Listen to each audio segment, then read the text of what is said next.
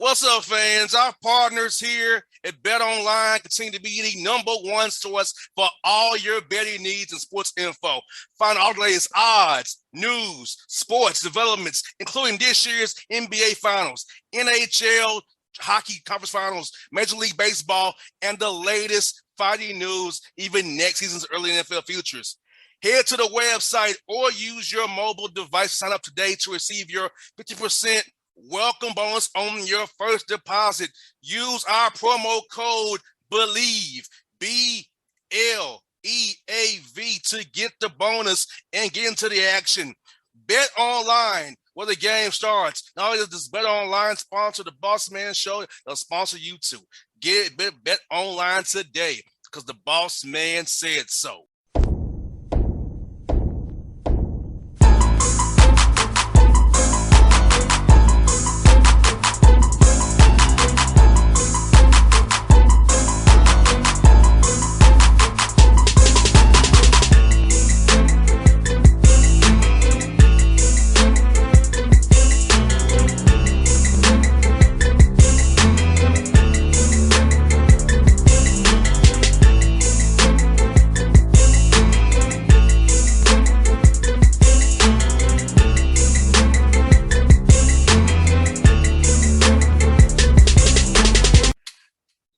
Folks, back on the Boss Man Show, associate head coach of UMKC, The Rules. It's Joe Esposito, a guy I've known since I was a kid. He's on that show now. Coach, what's up? How you doing, man? I'm doing great, man. It's hard for me to imagine that you were a camper at one time. I don't know if that's good or bad. Maybe I'm just getting old. That's not good. I don't know. But, it's funny because one of the players that's coming to play for us here at UMKC, his dad was one of my players at Angelo State. So that's just, that whole longevity thing. And before I get in trouble, it's not UMKC anymore. It's Kansas City basketball. So okay. I got to make sure I keep that out there and get that clarified because I sometimes forget, but that's what it is. But great to see you. Yes, and folks, it's funny. Like, Coach, I've talked to LC Cole and Johnny Cole and Rod Reed and James Reese.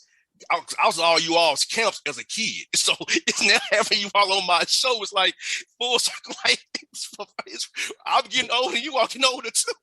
That's awesome, man. LC Cole, man, he was a great guy. He was so enthusiastic. Him and his brother in the football program, and man, I love TSU. That was a good place. It was a fun place to be, and some of my finest years with Frankie Allen that really got me kickstarted to get into the Power Five. So I owe a lot to Frankie Allen and what he was able to teach me in those years. Now, how is Coach Allen doing? I haven't talked to him in years. Is he still doing radio for UMES or? Yeah, he's still doing some radio. He got some radio gigs and doing some consulting, and he's doing great. He's living that retired life. He was a guy that I really respected. He was a great coach. And he was great in the community and did some great things at TSU. And you look at the NCAA tournament appearances and you look at the years he had with Carlos Rogers and some of the great players that he had and what he did at Virginia Tech. And he's one of the better coaches out there that sometimes I think didn't get the credit that he deserved, but a guy that I truly respect and I can call him my friend. And it was cool for me, Coach, to come over from Atlanta to camps with you guys, man, and meeting Carlos Rogers, meeting Anthony Mason, meeting Monty Wilson and Jeff Johnson, those guys as a young dude, And I know that Monty lives in Atlanta now. So yeah, a lot of tradition there. When you look at the school and the history of the school and the Oprah Winfrey's and the Ed Too Tall Jones and all the things that happened at TSU, I love the place. And it was one of the places I think I really started to get a little heavier because the food was unbelievable. I can remember Sweats right down the street. Yes. Best pork chop I ever had in my life. So it was a lot of fun living there. And those 3 years I was there, TSU was great. Now, Coach, I'm going to ask you a question. You kind of leave it to a question I had later, but I'm asking as we brought up food. Now, what's better barbecue, Kansas City or Memphis? I know you're in Memphis as well. I got to say Kansas City because I live here now. Be careful. But I'll tell you that rendezvous at Memphis barbecue was pretty good too. But I'm starting to get to know the places here. We've had a few recruits in, and we've had an opportunity to, go to different restaurants here. They're famous Gates and Jack Stack, and there's a whole bunch, Q39. There's a whole bunch of them, but they've all been pretty good. I'm not a huge barbecue guy, to be totally honest with you, but I'm not a spicy guy. but I do like the dry rub, and I know that Memphis, Rendezvous probably had the best that I've ever had. Yes, and I love when God go work the Grizz games because I get some rendezvous nachos. I get Oh the pulled yeah. chicken. I'm not much of a pork guy, but I'm a pulled chicken guy. But it hits the spot. I try to watch my portions. I want to stay in shape. But when I go to Memphis, I got to give me some of those. And without the media center, I got to give me some of those pulled chicken nachos, Coach. I love it with the Grizzlies. I'm happy they went to the playoffs, so I can go over to Memphis and get me some. No question. That just kind of brings me to a topic of I've lived in great places. When I look at all the places that I've lived and now moving to Kansas City is a great city. I didn't know too much about Kansas City. Obviously, I knew about the Chiefs, Pat Mahomes, who was a quarterback at Texas Tech when we were there. So I had a chance to watch his career in college. And I didn't know a lot about Kansas City. But now that I'm here in Kansas City, all the places I've been, the Memphises, the Minnesotas, even the Lubbock, Texas, that people said, oh, you're not going to like Lubbock, Texas. I loved it. So I'm really blessed that I've been in some really great cities, and I'm really starting to, warm up to Kansas City and the city, and it's been great so far. Went to a Royals game, first Royals game that I've ever been to. Now they're the worst team in baseball, but it still was fun. Oh yes, yeah, man. Look, I'm on cloud now because my Braves won the World Series. I'm on cloud nine right now, Coach, on baseball. Well, first of all, let me just tell you, I'm the biggest Mets fan ever, so I can't stand the Braves. And I'm so glad that we're 10 games up right now, and hopefully we'll hang on. As soon as we get our pitching, this is not the year of the Braves, my friend. Hey, I'm surrounded high, Coach. Well, I'm happy we got that World Series. I'm right. Hey, look, when the Falcons choking and the Hawks choking, we finally got somebody to win something here in Atlanta. Yeah, they've always been good. So you've been right there with them. Yes, sir. And Coach Eskis, man, you work for some great guys. Like you said, Coach Allen. How about working for Coach Smith? Tubby Smith is a guy I respected for many years. A very even-keeled guy. Just want to help young men, help his staff as well. Talk about working for him, and what did he mean to your career as well? Yeah, Tubby Smith, to me, was like a father figure. I get chills just talking about him. A guy that I dearly love, and a guy that really taught me the business and doing things the right way.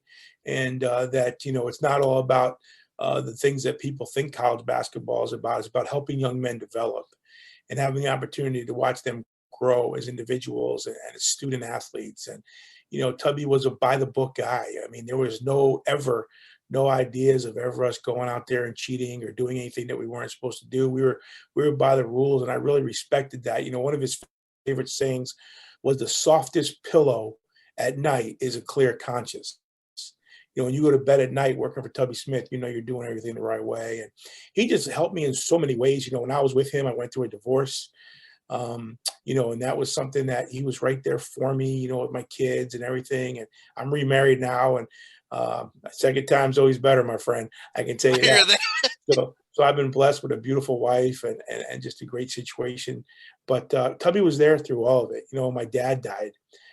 Tubby was there. All the things that he did to grow me as a man, to grow me as a coach, to grow me as a father, a husband.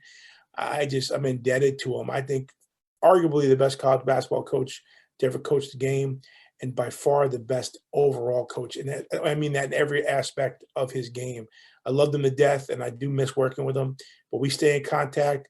I'm sad that he left the game, because when he retired, I think we lost a great coach and somebody that, represented our college basketball community in a great way. So we definitely miss Tubby Smith. And also, then you got with Coach Menzies and UNLV, special assistant to him. And now you're with him here in Kansas City with the rules now, doing your thing. Man, let's talk about Coach Menzies, man. I've always respected him as well. Always done for the game as well. Yeah, Coach Menzies, Marvin's the greatest. I've been friends with him for over 30 years.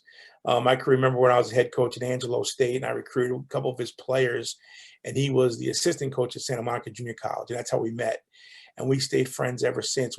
We've always talked about that opportunity of, hey, someday we're going to work together. And, we had a chance for only 1 year at UNLV. When he got the UNLV job, that's when I went to Memphis with Tubby. And he wanted me to go to UNLV with him, and I just couldn't do it. I had to stay loyal to Tubby. Tubby's been so good to me, and we just rebuilt Texas Tech, and seeing that program change from when we got there, 4 wins. I'm sorry, 4 last place finishes, 4 coaches when we got to Tech. And then in year 3, we get them to the NCAA tournament. And then when a good host of our players, they go to the Elite 8. and then they go on to the Final Four. So we feel really proud of the fact that we really built that Texas Tech program. And because Tubby left to go to Memphis, that opened up UNLV, and I didn't go with Coach Menzies, unfortunately. But now that I'm here at Kansas City, I'm excited. He's definitely the only coach that I know that recruits as hard as he does. He is the hardest working recruiting coach that I know. He has an unbelievable relationship with his players. He's a guy that really you can look up to.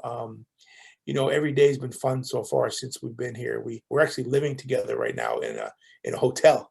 So we're getting to know each other even more than we ever did. But I'm really blessed to be with him. He's a super coach, and he's going to do great things here. And if you look at what he did at New Mexico State, 9 years, 8 championships, amazing. I mean, there's not a lot of coaches that can say that. So he's one of the best in the business. I'm proud to be with him, and I'm looking forward to great things here at UMKC. Oh, Kansas City basketball. Yeah, it's hard to be. I'm so used to it myself, and so it's hard, man. It's so hard, Coach. Now, I'm asking you this, man.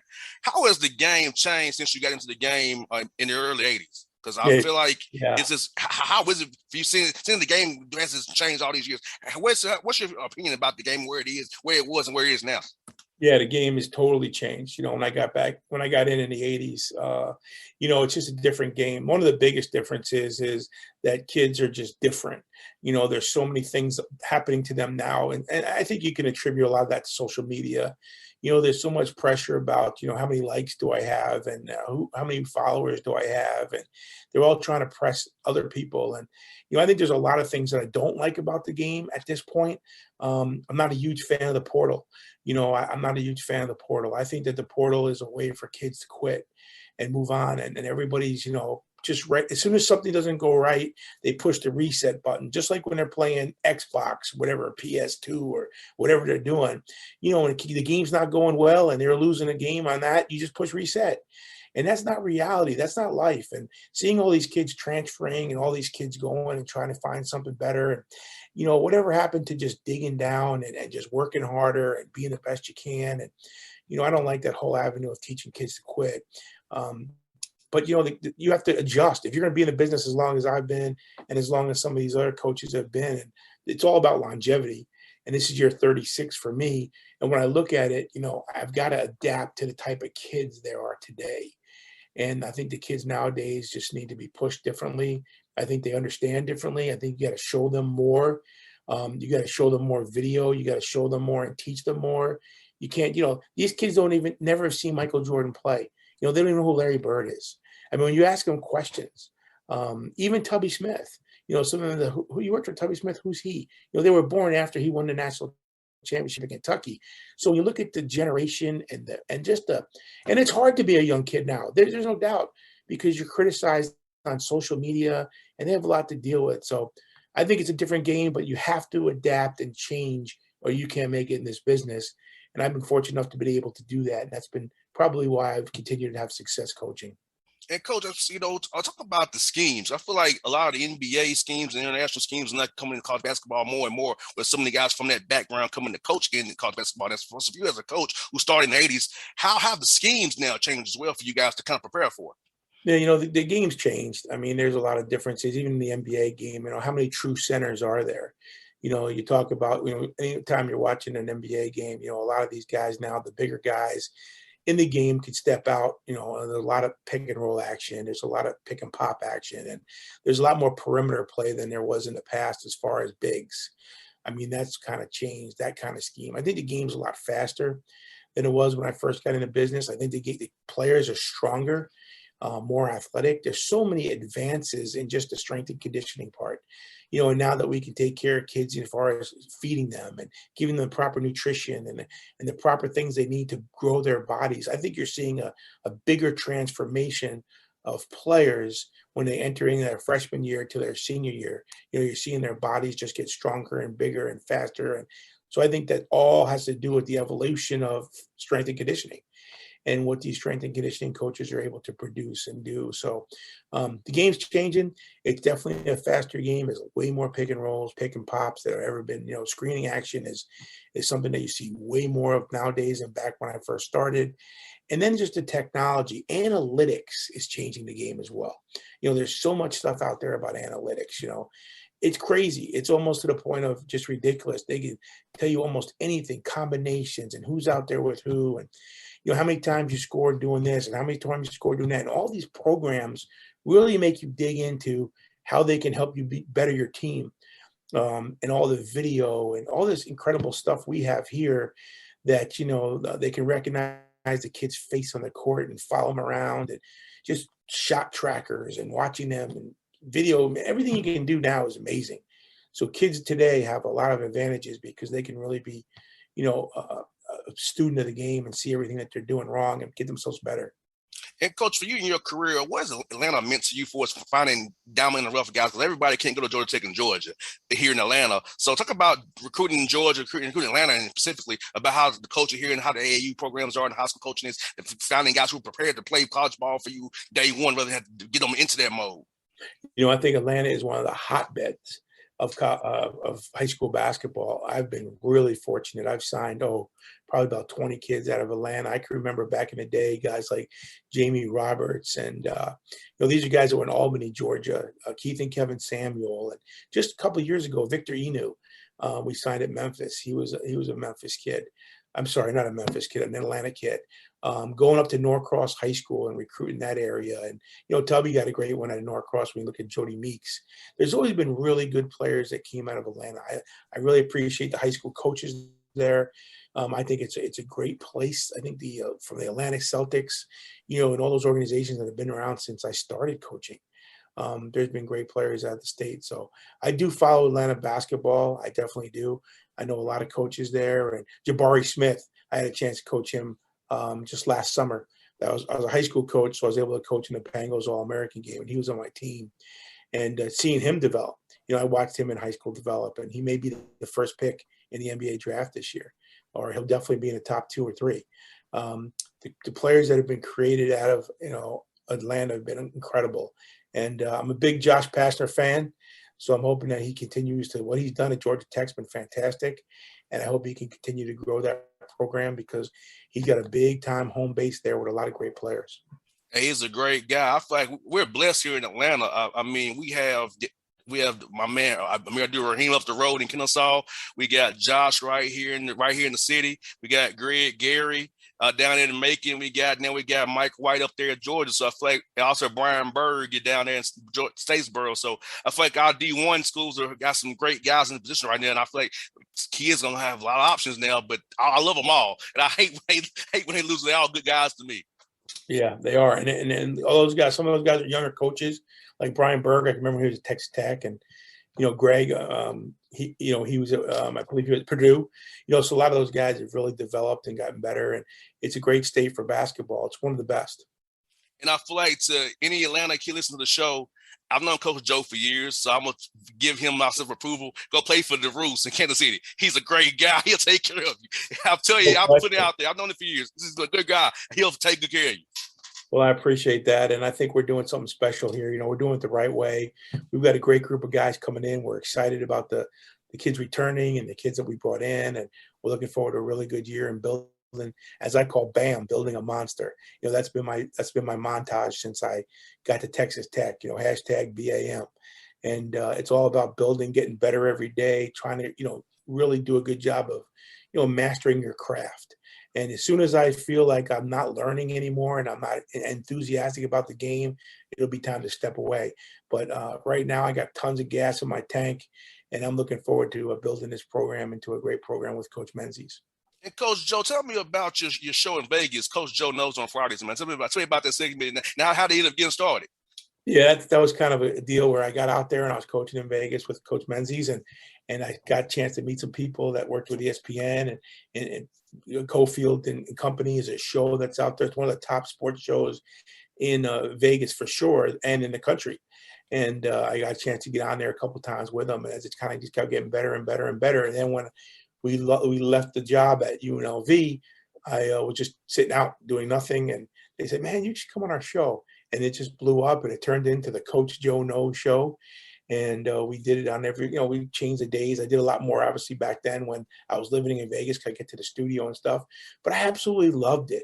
I love the radio piece. I love it. And hopefully someday when I'm not coaching, I can get some TV, radio, spots where I can do stuff like that. I always wanted to be a color commentator. That's what I thought I was going to be before I ended up being a coach. And this Coach Joe Knows was a lot of fun. And the Cofield and Company show was a great show. And we were able to get great coaches on there from my relationships, with different coaches throughout the country. We've had everybody on that show. And it's been fun. So it's a cool piece. And I really appreciate all the guys in radio.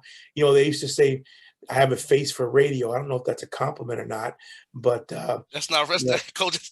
I'll tell you that, coach. That's not good. Yeah, I didn't think that was good. I asked my wife about it. She said, "No, honey, you're fine." So that was good. But whether I have a face for radio or not, I know that I got the love for basketball, and I'm glad I'm a coach. No doubt. And coach, what's crazy about radio for me? I got started in 2010, man. And how it's changed for me. Now I didn't hear of Zoom until 2020, coach. Now I'm doing video interviews. I had no idea how to do a Zoom. I was strictly, hey, we're gonna get on this do it in the studio and call in this time. I've become more flexible now. I can do it from my basement now. I don't have to go driving to Atlanta to the studio anymore. So even for me, the radio side has changed since COVID's happened immensely. Yeah, it has. It's changed even relationships. How many Zoom meetings we do with recruits, with parents and just setting up different things. And during that whole COVID deal, I can remember doing a bunch of Zooms with former players. We had so much fun. We would actually watch a game together. Former players like at Minnesota. We had Cubby on there and a bunch of former guys, and we watched some of our NCAA tournament games together, and the laughs and the camaraderie. And I think that whole culture of the Zoom and stuff really changed a lot of our deals with relationships we're building with our players from the past. So we do so much Zoom now with recruiting and stuff. It's almost like when you want to talk to somebody, you want to do a FaceTime or something where you can see them and it's more personable. So it's been an advantage for us in college basketball. And coach, for me as well, getting to see my guests actually to see you all rather than talk to you on the phone has been so much more fun because we can actually have an interaction. We see each other. Like, for some years I was on the phone with Josh Pastner and, Renzo Romar and Trent Johnson, those guys. And now I can see them when I talk to them. Now it's like we have more engaging there because it's not just the phone. We had a relationship, of course, but the phone, but the Zoom made it so much better, man. It does. It makes it more personal. It makes it more personal, and it's just definitely a cool deal. Well, Coach Joe, I hope to see you real soon. I'll see you at maybe the Peach Jam or Lake Point. Hope to see you. I'll be there reporting there, covering that. So hope to see you. Come to town. We'll go hang out a little bit. Catch up some more, Coach. No doubt. I probably will down Peach Jam. So I hope to see you, and look forward to just continually. I'll come on again anytime you need me, man. I'll come on. I always take care of my guys. For you to say that you were a camper in my camps, just is a big time feeling. Makes me feel proud. So I look forward to hearing you. Thanks for having me on your show. I appreciate it. And go Roos. Anytime, Coach. Thank you so much, buddy. Thank you. All right.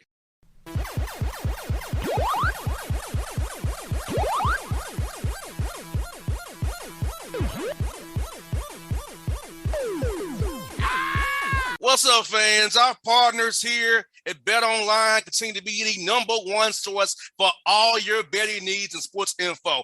Find all the latest odds, news, sports developments, including this year's NBA Finals, NHL Hockey Conference Finals, Major League Baseball, and the latest fighting news, even next season's early NFL futures. Head to the website or use your mobile device to sign up today to receive your 50% welcome bonus on your first deposit.